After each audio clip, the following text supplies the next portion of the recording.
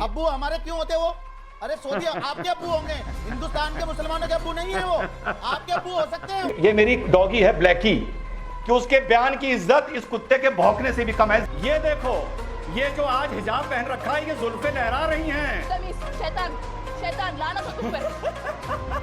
देखो जो इंडिया के अंदर मुसलमानों को जिंदा रहने के लिए क्या क्या जतन करने पड़ते हैं, केले के पत्ते। अरे आप सलमान मन की 4 शादी 3 शादी का समर्थन करती है नहीं करती? हंसने से आप क्या पर्सनल इस मुल्क में जो रहा है वो इस मुल्क के इतिहास के साथ जुड़ा है।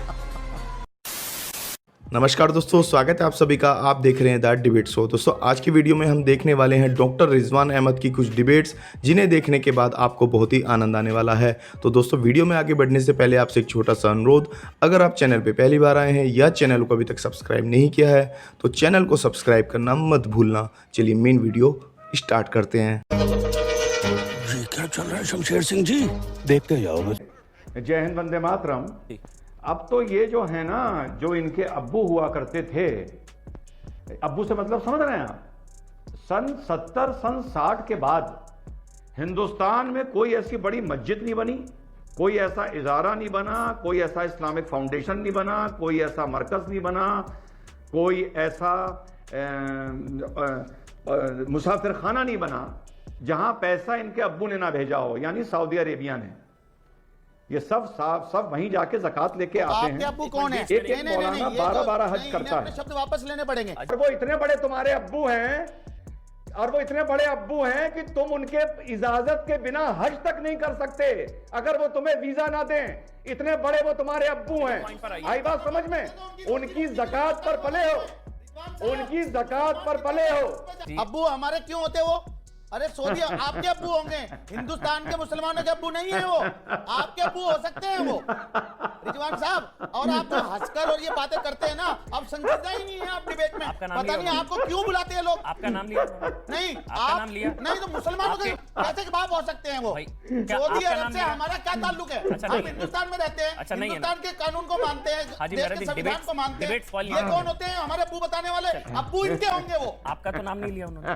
आपका नाम लिया हाजी? मुसलमानों का नाम लिया, आपका नाम सारे मुसलमानों का नाम लिया। मस्जिदों में पैसे की बात बताई। एक काम करते अरे कोई पैसा सऊदी अरब से मुसलमान नहीं लेता यहाँ पे। हाजी मेहरुद्दीन आगे बढ़ने दीजिए, डिबेट मत फॉल करिए। नहीं, बस शांत रहिए, मैं आपका नाम लूंगा तब आप बोलेंगे। बस आप शांत हो जाइए हाजी मेहरुद्दीन, बस हो गया शांत। मैं आपका नाम लूंगा तब बोलेंगे आप। जब मैं आपका नाम लूंगा तब बोलेंगे आप। अरे गलत सही मैं तय करूंगा, अपनी तय करेंगे, अपनी बात अपनी टर्न। यानी कि आप नहीं, आपको कोई नहीं बोलने देगा, फिर आपको कोई नहीं बोलने देगा। अरे आप कौन होते हैं तय करने वाले? ठेका ले रखा है क्या धर्म का? क्या ठेका ले रखा है क्या धर्म का? ले रखा है ठेका हमने। आपने धर्म का ठेका ले रखा है? ये कहां से टेंडर, ये टेंडर कहां निकला था? अब आगे सुनिए। कितना हिस्सा वहां जाता है? अरे इसको बंद करवाओ। हाजी मेहरुद्दीन, अरे इसको बच्चों को करवाओ यार, ये क्या तरीका है यार? कहां से जाहिल पकड़ के लाए हो? समझ गया मैं। ओवैसी साहब ने ये बोला क्योंकि उस आदमी का इतना कद है जिसपे हम रिएक्शन दे सकते हैं। इस आदमी का इतनी औकात नहीं है, मैं किसी का नाम नहीं ले रहा, कि जिस पर हम रिएक्शन दें। ओवैसी साहब ने बोला प्राइवेट स्कूलों का सर्वे करो। ओवैसी साहब ने बोला आरएसएस के स्कूलों का सर्वे करो। वाह वाह वाह वाह। तो रुको जरा, सबर करो। अब क्यों हंस रहे हो भाई? आपका नाम थोड़ी लिया भाई। रिजवान भाई आप अपनी बात बोलने दो। रिजवान भाई आप अपनी बात करें। आपकी बात का गलत मतलब क्यों निकालना है? इसलिए कि मैं कुत्ते को भौंकता हुआ देख रहा हूँ। जी इसलिए आप क्यों मतलब निकाल रहे हैं? अब आप साजिद रशीदी, अब आप गलत जा रहे हैं। आप उन्होंने आपको तो कुत्ता नहीं कहा। नहीं, आप गलत बात है। आपने कहा कि जूते चप्पल से स्वागत करो, फिर पलट गए, इसका मतलब मारना नहीं मैंने रिजवान का नाम। अब आप कह रहे हैं मैं कुत्ते को सुन रहा हूं बोलता हुआ, इसलिए हंस रहा हूं, फिर आप पलट रहे हैं। तीसरी बार में सर, फिर इस पैनल में जो मर्यादा लांघेगा और आपको जो बोलेगा, फिर उसकी जिम्मेदारी मेरी नहीं होगी। मैं पहले बता दे रहा हूं। सर रिजवान जी अपनी बात पूरी कीजिए। आपके पास, अगर मेरे पास भी उस बात का जवाब नहीं है कि जूते चप्पल से स्वागत करने का मतलब कौन सी डिक्शनरी में ये लिखा है कि हम जूते मारने की बात कर रहे हैं।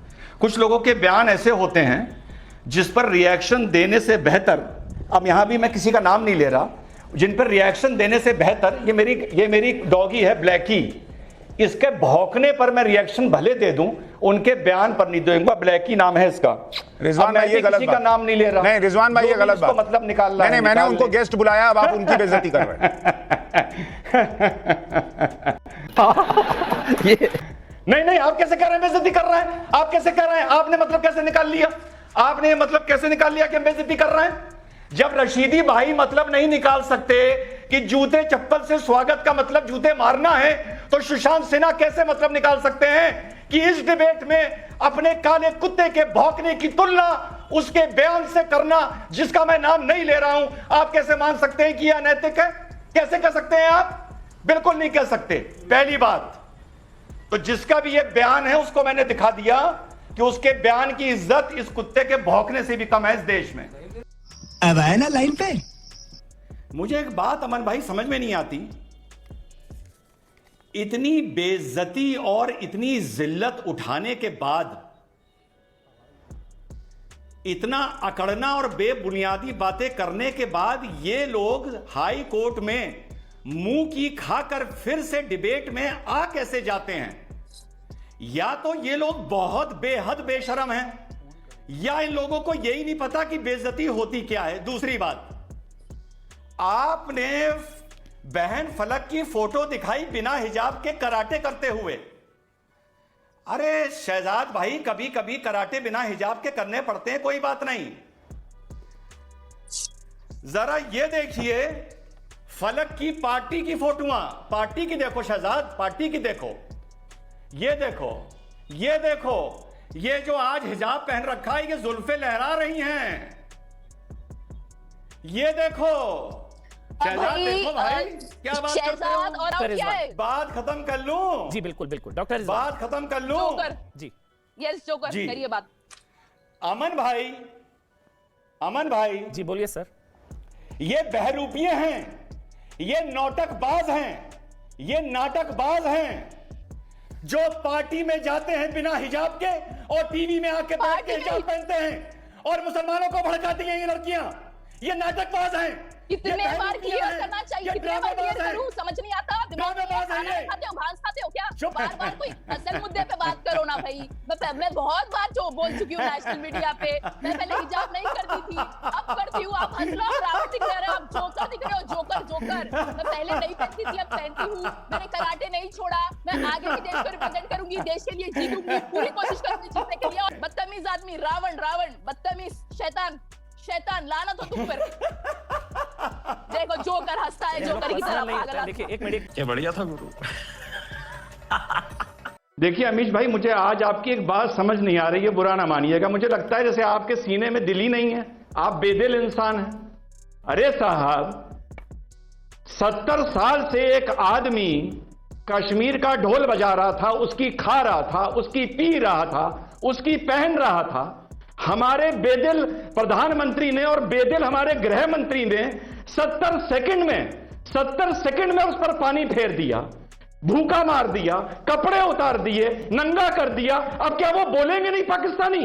आपके सीने में दिल ही नहीं है? चीमा, मैं तुम्हारे साथ खड़ा हूं, हिंदुस्तान का मुसलमान, इस दुख की घड़ी में। तुम लोग नंगे हो गए हो, नंगे, और तुम्हारे लिए ये लेके आया हूं केले का पत्ता, और इसमें मैंने बना दिए छेद। अपने प्रधानमंत्री से कहो ये केले का पत्ता लपेटे और जाके यूनाइटेड नेशन के बाहर सीढ़ियों पर बैठे। ये हिंदुस्तान का मुसलमान का पैगाम है तुम्हारे लिए, और मैं तुम्हारे साथ खड़ा हूं आज, मैं तुम्हारे साथ हूं। क्या क्या जतन करनी पड़ती है इंडिया के अंदर जिंदा रहने के लिए? इंडिया के अंदर मुसलमानों को जिंदा रहने के लिए क्या क्या जतन करने पड़ते हैं? केले के पत्ते, फूलों को ले फूल पेश करने पड़ते हैं, बीजेपी को, आरएसएस के पांव को हाथ लगाने पड़ते हैं। भाई क्या क्या करना पड़ता है आपको? आरएसएस के पांव को हाथ, बीजेपी को माफिया, केले के पत्ते, केले लेने पड़ते हैं, देने पड़ते हैं, क्या क्या काम करने पड़ते हैं आपको? मुझे अफसोस हो रहा है, तुम लोग को नंगा कर दिया। मैं नरेंद्र मोदी की खिलाफत करता हूं। अरे ऐसे कोई किसी को नंगा करता है क्या? अरे ऐसे कोई किसी को नंगा करता है क्या? इमरान खान को केले के पत्ते देंगे, जाके आरएसएस के हाथ जोड़ देंगे, बीजेपी के पांव पड़ देंगे, तो हिंदू आएगा उसके सामने राम राम करेंगे। क्या क्या जतन करने पड़ते हैं मेरे मुसलमानों को? मुझे आपका खौफ नजर आ रहा है। इस खामोश, इस हंसी के पीछे एक खौफ है, उस खौफ को देख रही है दुनिया। वो कश्मीर के अंदर भी देखा जाए। मैं समझ रहा हूँ आपका, चीमा साहब आपका खौफ मैं समझ रहा हूँ। बैठ गए, इसको लपेटो। अरे अपने प्रधानमंत्री को दो ये केला केला केला क्या करना पड़ता है? केले का पत्ता दो प्रधानमंत्री को।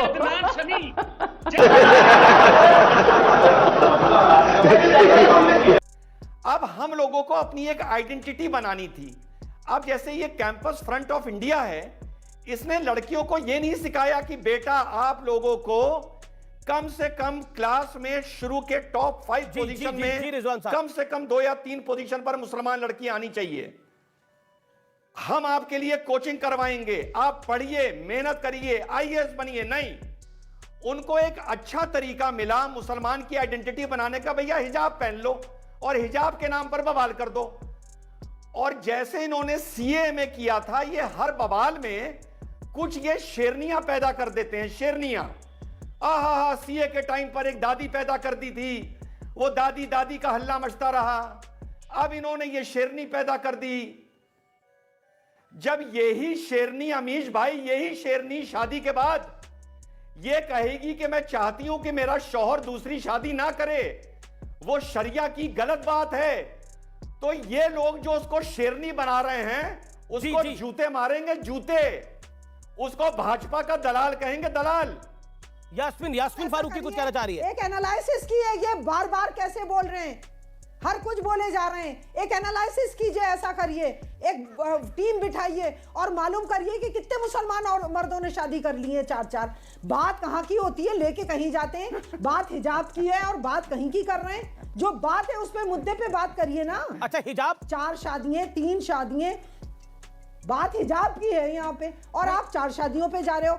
मुझे आज से ये एनालिसिस चाहिए कि किस किस मुसलमान आदमी ने 4 शादियां कर रखी हैं। मुझे इसका पूरा डेटा चाहिए। मैंने तो 2 बोला था, आप 4 पे कैसे पहुंच गई? मैंने तो दूसरी बोला था, आप 4 पे कैसे पहुंच गई? बोलने से पहले, अरे मैंने तो दूसरी बोला था, आप 4 पर कैसे पहुंच गई? तो मैं तो 5 पे भी पहुंच जाऊंगी। जाइए, आइए, ऐसा करिए, मेरे यहाँ राजस्थान में आइए, मैं आपको बांसवाड़ा लेके चलती हूँ और तब आपको पता चलेगा कि एक आदमी के 6 बीवियां हैं। आइए बात करते हैं, जब पूरा दुनिया भर की आप, पर उसके लिए कानून है। अच्छा, आप 2 शादी का समर्थन करती हैं या नहीं करती हैं, बताइए?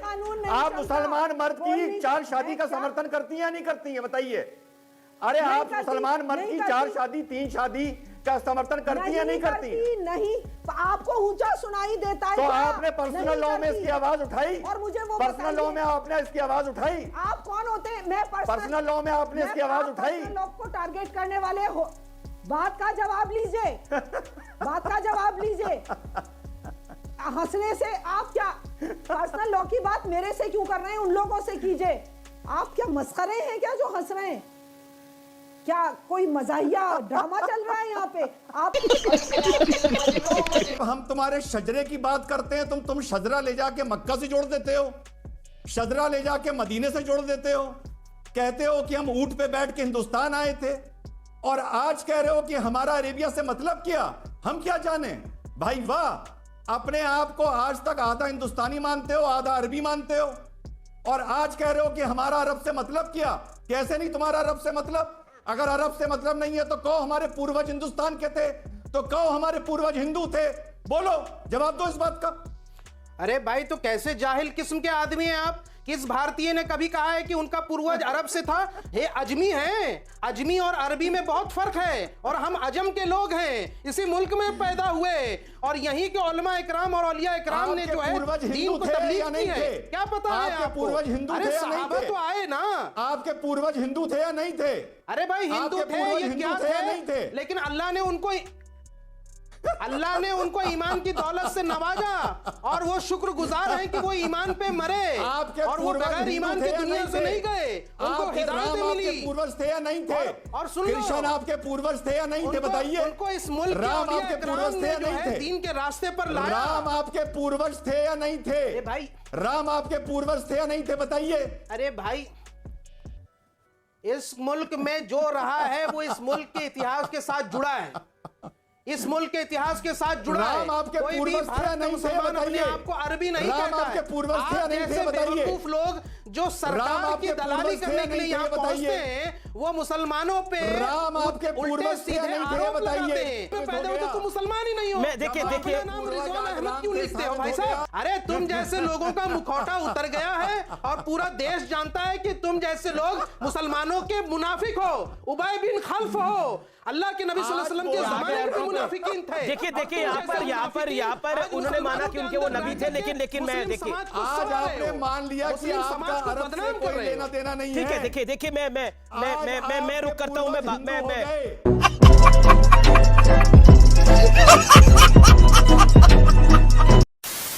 दोस्तों अगर आपने वीडियो अंत तक देखी है तो उम्मीद है आपको वीडियो पसंद आई होगी। डॉक्टर रिजवान अहमद की हंसी के बारे में आपकी क्या राय है कमेंट्स करके जरूर बताना। वीडियो को अंत तक देखने के लिए आपका बहुत बहुत धन्यवाद। मिलते हैं बहुत जल्द अगली वीडियो में, तब तक के लिए जय हिंद, वंदे मातरम।